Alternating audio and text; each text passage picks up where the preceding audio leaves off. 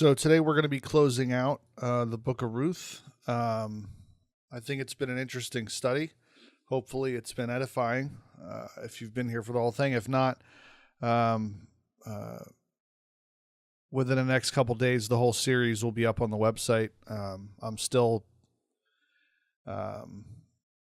implementing the new menu system, so I'm having to redo everything, which will take a little bit of time, but it'll be worth it. So this chapter is going to be the sort of climax of what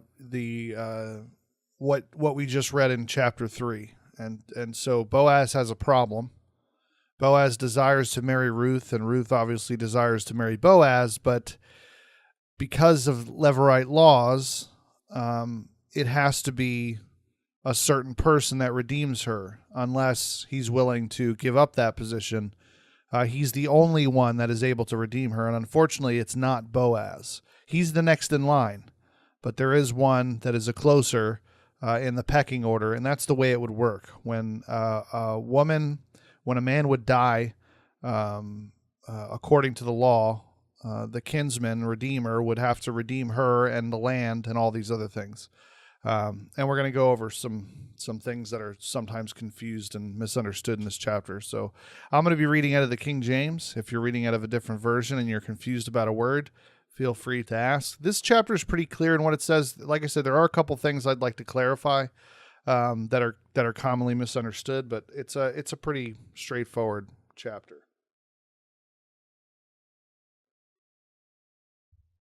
Okay. The book of Ruth, chapter 4, verse 1.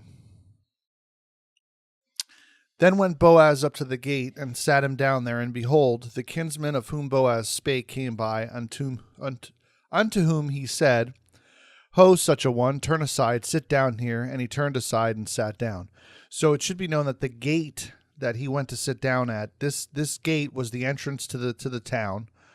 This was a common place for people to sit and meet for official matters. There was rooms on the side of the gate that were really meant for defending the town, right? They were rooms for soldiers and things like that, but these rooms would also be used for official duties. So it was sort of like a court setting where the elders would come and sit and they would decide matters. And so Boaz sitting himself at the gate, everyone would have known that he was there for some sort of legal matter. All of a sudden, this man shows up. And I think I'm going to go ahead and assume that Boaz knew that he would show up, because you probably had to walk through this gate to get back from being in the field. And Boaz probably assumed that he'd be returning at a certain point, and so he was waiting, right? I'm just assuming that. It doesn't say that, but I all of a sudden, here comes the guy, through the gate. The word behold there, behold, indicates that it was sort of an indication of surprise. Behold, here he is. And so there seems to be at least a slight reference to Boaz being surprised that this man had just all of a sudden walked through the gate. Again, this plays to the idea that God's hand is behind this, right? So Boaz just so happens to be there when this guy walks through the gate. Coincidence? I'll let you decide whether or not you want to believe that's what that is. Verse 2, and he took 10 men of the elders of the city and said, sit ye down here, and they sat down. So the fact that he was able to gather 10 elders of the city that morning indicates that Boaz had some influence.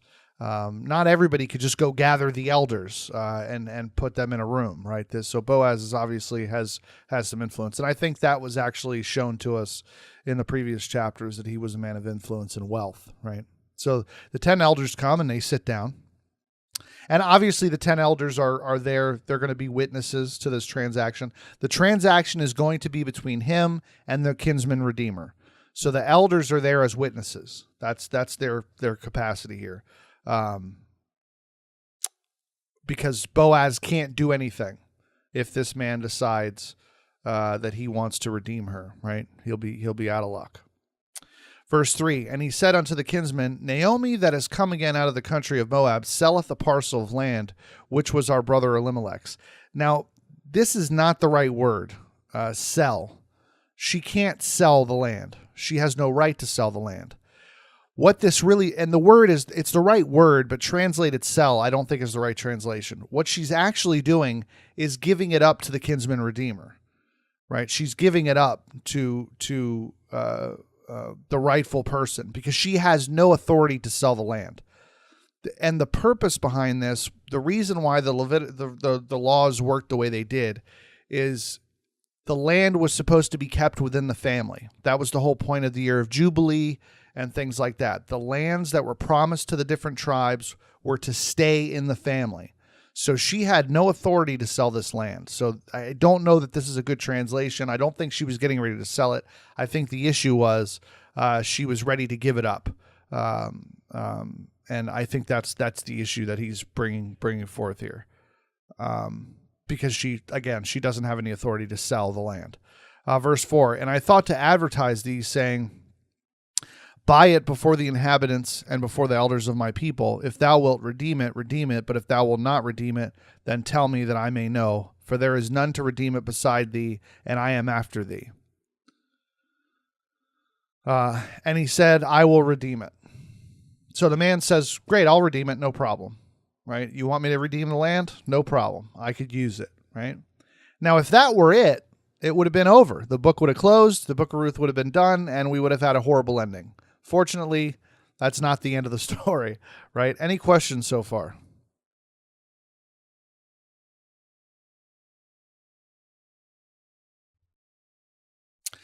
Yeah, Amazon Princess. That's not the only translation. If you're looking at a concordance, in a King James concordance, is that what you're looking in? A Strong's concordance, Amazon Princess.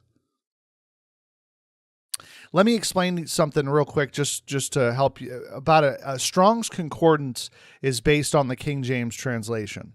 And so when you read a Strong's concordance, you are reading the definitions that were selected by the King James translators. So it doesn't mean that word always means sell. It means that in the King James, they translated it that way. But she had no right to sell the land. She could not legally sell the land. So this can't be sell. It just can't. Now we can get into that and we can talk about that later, but I don't think that she was selling anything. I don't think she had no legal right to do that. She had no property to sell. It wasn't hers to sell. So, but again, we can talk about that. I'm not sure what you mean by that. Well, the land belonged to the family. Her husband belonged to the family. So she can't just take the piece of land that belonged to her husband and sell it, or that belonged to anybody in that family and sell it. She has no right to do that. Right? It would have gone to the next of kin. It would have gone to the kinsman redeemer. He's going to redeem the land. That's what's happening here. So she has no authority to sell anything. It wouldn't have made any sense for Boaz to say that this woman is selling the land. That just doesn't happen. She has no authority to do that. Right? By the way, this is not just my opinion. Right? I'm not telling you that she doesn't have any right to sell it because it's my opinion. That's what the scriptures say. Right? She has no authority to sell this. So yeah, we can talk about it later. So he says, I'm going to redeem it. But then verse 5, then said Boaz, what day thou buyest the field of the land of Naomi, thou must buy it also of Ruth the Moabitess, the wife of the dead, to raise up the name of the dead upon his inheritance. So it's not just the land, right? You also have to take Ruth. And this becomes a problem. Right? She can't sell it. She has to give it to him. She has no ownership or authority or right over that land at all. This was the issue with women being divorced and widowed.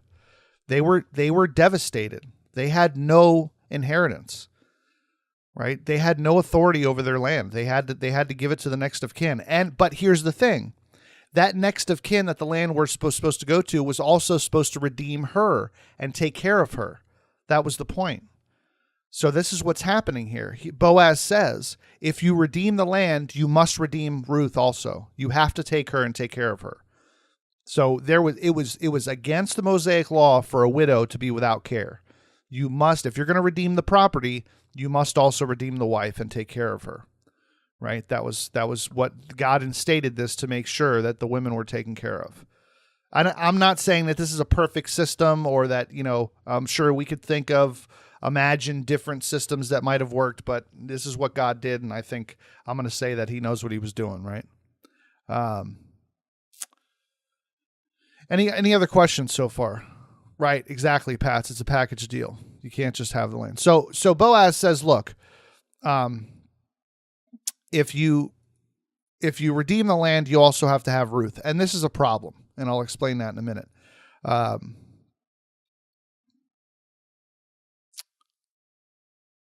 Verse 6, and the kinsman said, I cannot redeem it for myself, lest I mar mine own inheritance. Redeem thou my right to thyself, for I cannot redeem it. So he doesn't want to include Ruth in the family, because if Ruth has children, then those children are going to have rights to his inheritance, and that's what he's worried about. He doesn't want Ruth to belong to he doesn't want to include Ruth in his family, in his inheritance, right? So he's concerned about the fullness of his assets, and he knows that including Ruth, if she has children with another man or something like that, that it could completely it could do some damage to his assets, which is very interesting. That's what he's concerned about, is his money or his assets, which is not, it's not a bad thing, right? He's trying to be smart about it, and he knows that Boaz wants to do this, I think. So he has no problem handing this over. Verse 7, now this was the manner in former time in Israel concerning redeeming and concerning changing, for to confirm all things, a man plucked off his shoe and gave it to his neighbor, and this was a testimony in Israel. So you couldn't say that you didn't make the deal because you did this in front of all the elders. You took off your shoe and gave it to someone. This was a confirmation that you were agreeing to whatever deal this was in terms of a redeeming and changing property. Right. Verse 8, therefore the kinsman said unto Boaz, buy it for thee. So he drew off his shoe. Verse 9, and Boaz said unto the elders and unto all the people, you are witnesses this day that I have bought all that was Elimelech's, and all that was Chilion's and Mahlon's, and of the hand of Naomi. Verse 10, moreover, Ruth the Moabitess, the wife of Mahlon, have I purchased to be my wife, to raise up the name of the dead upon his inheritance, that the name of the dead be not cut off from among his brethren, and from the gate of his place ye are witnesses this day. Right? So not only is Boaz desiring to marry her, but this is him fulfilling the requirements of the Mosaic law. Right? It's not just Boaz lusting after Ruth and they just are just in love with each other. That might be part of it, but that's not all of it, right? This is also God's hand making sure that this wife of an Israelite is taken care of. And also remember that Ruth is a believer, right? Ruth is not just some Gentile pagan. She actually believes in the God of Israel. So she belongs to the Lord, right? She's his. Verse 11, and all the people that were in the gate and the elders said, we are witnesses. The Lord make the woman that is come into thine house like Rachel and like Leah, which two did build the house of Israel, and do thou worthily in Ephrathah, and be famous in Bethlehem. Right. Consequently, they would be famous in Bethlehem for a good reason, and I'm sure you guys know what that is, that Ruth is actually in the line of the Messiah, right? Verse 12, and let thy house be like the house of Pharez, whom Tamar bare unto Judah, of the seed which the Lord shall give thee of this young woman, right?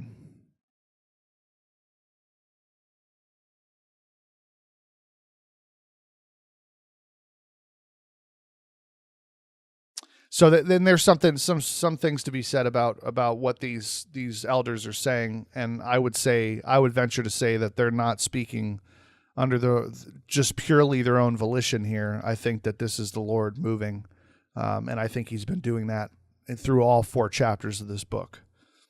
Any questions, concerns, agendas?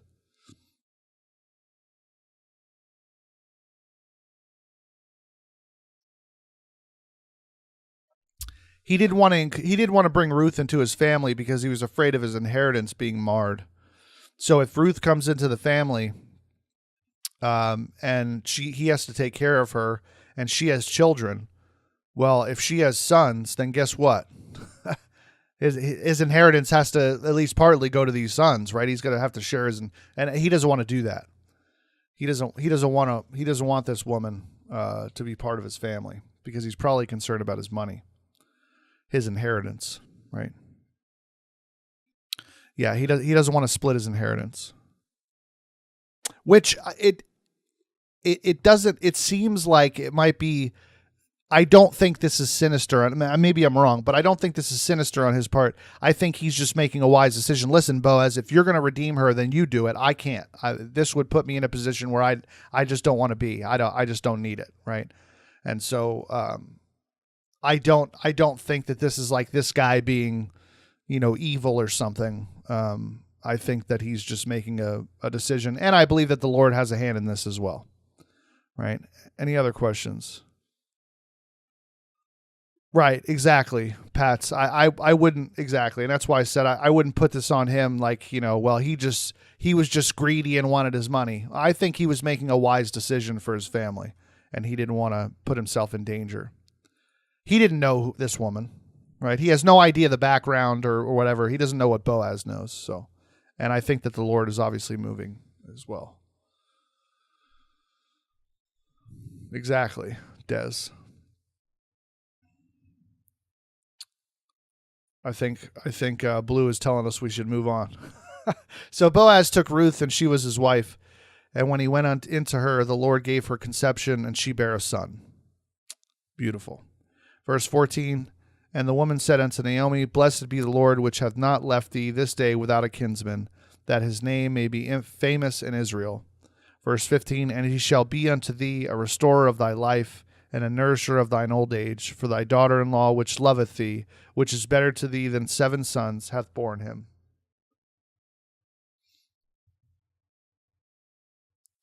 Verse 16, and Naomi took the child, and it laid in her bosom, and became nurse unto it. And the women, her neighbors, gave it a name, saying, There is a son born to Naomi, and they called his name Obed.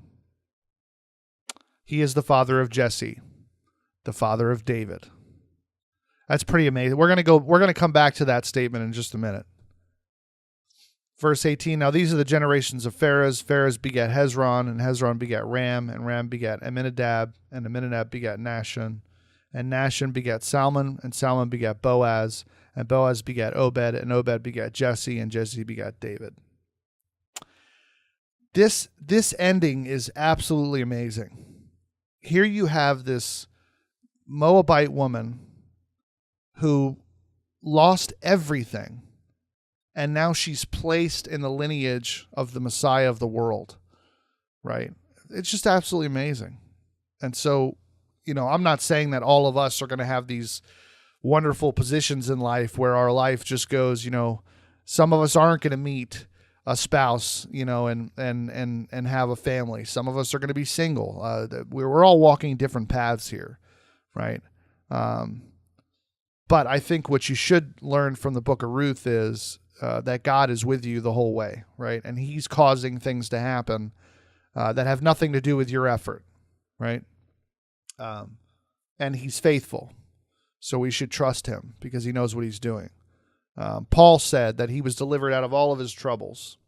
Every time Paul was thrown into prison, he was delivered until that last time, which was the final deliverance. When Paul was executed for his faith, he was delivered from this world and stepped into eternity to be comforted by the Lord until the resurrection, right? That's what all of us have to look forward to, right? You're going to walk this life. It's going to be tough sometimes. It's going to be over very soon, and you're going to step into the presence of the Lord into unfathomable comfort and joy. It's going to be so worth it, right? So worth it. Any questions, concerns, agendas? Absolutely, Pats. And and I think Pats that's something that we should constantly remind ourselves of, is that he's a God of the details. He's not just managing the solar system, he's managing every cell in your body, right? Meticulously managing every atom in your being, right? So, very awesome. Any questions? Got 20 people. It's pretty good. Amazon